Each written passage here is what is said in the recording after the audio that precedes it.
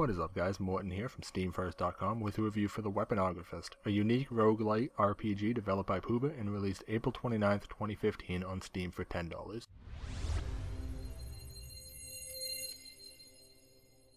The Weaponographist is a pretty simple roguelite game. It has great humor, a good story, and most importantly, fast-paced and very fun gameplay. It's not completely flawless, but it's pretty close.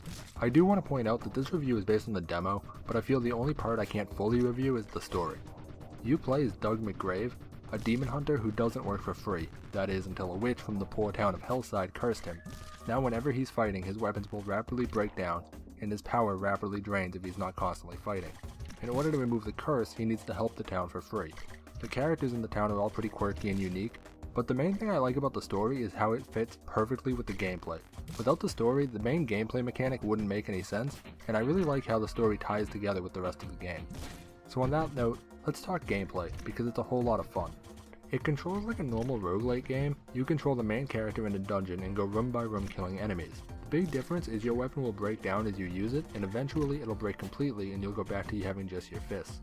However, nearly every enemy you kill will drop the weapon it's using. This means that you may use a sword and kill some enemies, and then one of them will drop a machine gun, so you'll use that, and then once that breaks, maybe you'll get a sword off of an enemy again to use. This is a lot of fun, both because it doesn't get boring since you're constantly switching weapons and playstyles, but you're also constantly fighting, because on top of your weapon breaking down over time, if you aren't constantly killing enemies, your level itself will start to decrease. Killing enemies grants experience, and leveling up gives you a lot of extra damage to all weapons, but if you slow down or stop killing things, then you'll start to rapidly degrade in level. Both mechanics combine to give the game a really fun and chaotic feel. You need to kill enemies, pick up their weapons, and run around the room incredibly fast. Of course, this also means that a lot of enemies are spawning in the first place. Every time you kill something, one or two more things will spawn in its place. And there are a ton of different types of enemies, which means there's a ton of different weapons to use. Some are long range, some are melee range, and they all play slightly differently. I will say though, even with all the enemies, sometimes it feels like there still aren't enough.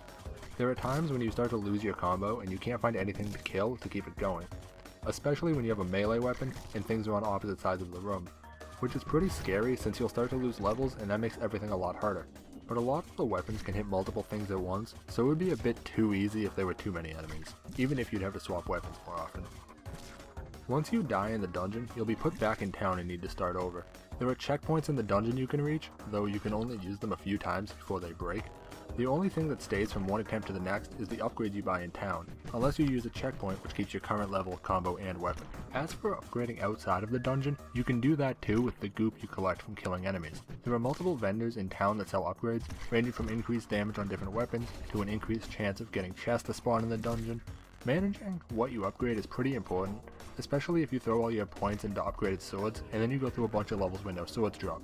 It'll be hard for you if you aren't careful. Overall, the mechanics combine to make a very unique and super fun game. It's fast paced and constantly changing.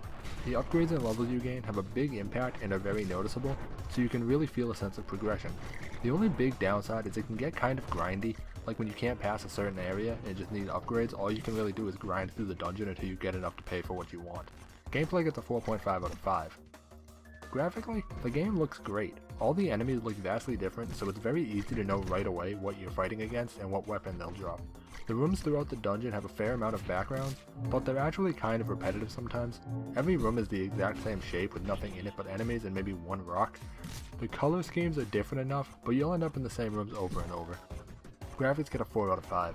The sound is fantastic as well. All the weapons have a really unique sound, which is important because there's a lot of them and it would get confusing if they all sounded similar. Plus it helps to know what enemies might be across the room if you're looking on the other side. On top of that, the soundtrack is great. It does exactly what a soundtrack should do. Amplifies the experience without completely standing out. It's nice to listen to, but not overwhelming. They really did a great job. Sound gets a 5 out of 5. There's also a ton of replayability. For starters, this is the type of game that's meant to be played over and over again. You play through the dungeon until you die and then buy upgrades and go back in. But on top of that, there's a hardcore mode where you need to clear the whole thing without dying. There's a fair amount of achievements to get as well, so there's definitely plenty to do. As long as you enjoy the core gameplay, you'll get a lot of hours out of this game for sure. Replayability gets a 4.5 out of 5, only because it won't change much and could get repetitive after a while of playing.